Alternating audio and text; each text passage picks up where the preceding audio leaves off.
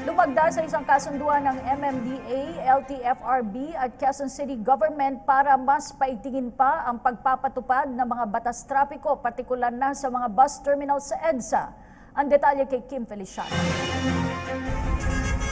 Nakatakdang ilipat sa norte ang mga bus terminals na nasa kahabaan ng EDSA upang magkaroon na ng centralized terminals at tuluyan ng masolusyonan ang mabigat na daloy ng trapiko sa Kamaynilaan. Paiigtingin pa ang pagpapatupad ng mga batas para sa mga provincial buses sa EDSA, katulad na lamang sa nose-in nose-out policy na nakaligtaan ng sundin ng ilang bus corporations. Kaugnay nito ay nilagdaan ni Quezon City Mayor Herbert Bautista, Metropolitan Manila Development Authority OIC at General Manager Thomas Orbos, at Land Transportation Franchising and Regulatory Board Chair Martin Delgra, ang Memorandum of Agreement na masisiguradong tutugon ang transport sector sa polisiya ng lokal at international government.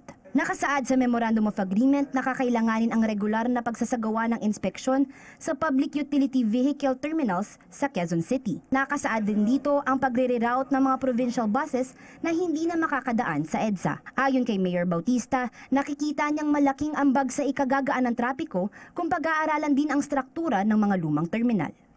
Now, if you look at the conditions naman ng mga kalye sa likod, these are all city roads or barangay roads that are also very narrow, no? So I think a design of a terminal must also be studied even further, at least on a very short limited time na lang, that as soon as the MMC and the DOTR has identified a place in the north kung saan ililipat lahat ito as a central terminal, then wala tayong problema. But in the meantime, they must be able to comply with the standards prescribed by the LTFRB, by the MMDA, and the city government. Samantala, dagdag naman ni Orbos na isa rin ang carpooling sa nakikita nilang solusyon sa mabigat na daloy ng trapiko sa Kamaynilaan. You know, carpooling can be from communities. It can also be, of course, definitely families. But there are several corporations already asking us to come out with guidelines on carpooling. We will, ako definitely yung exemptions we'll give it once we have that rule in place.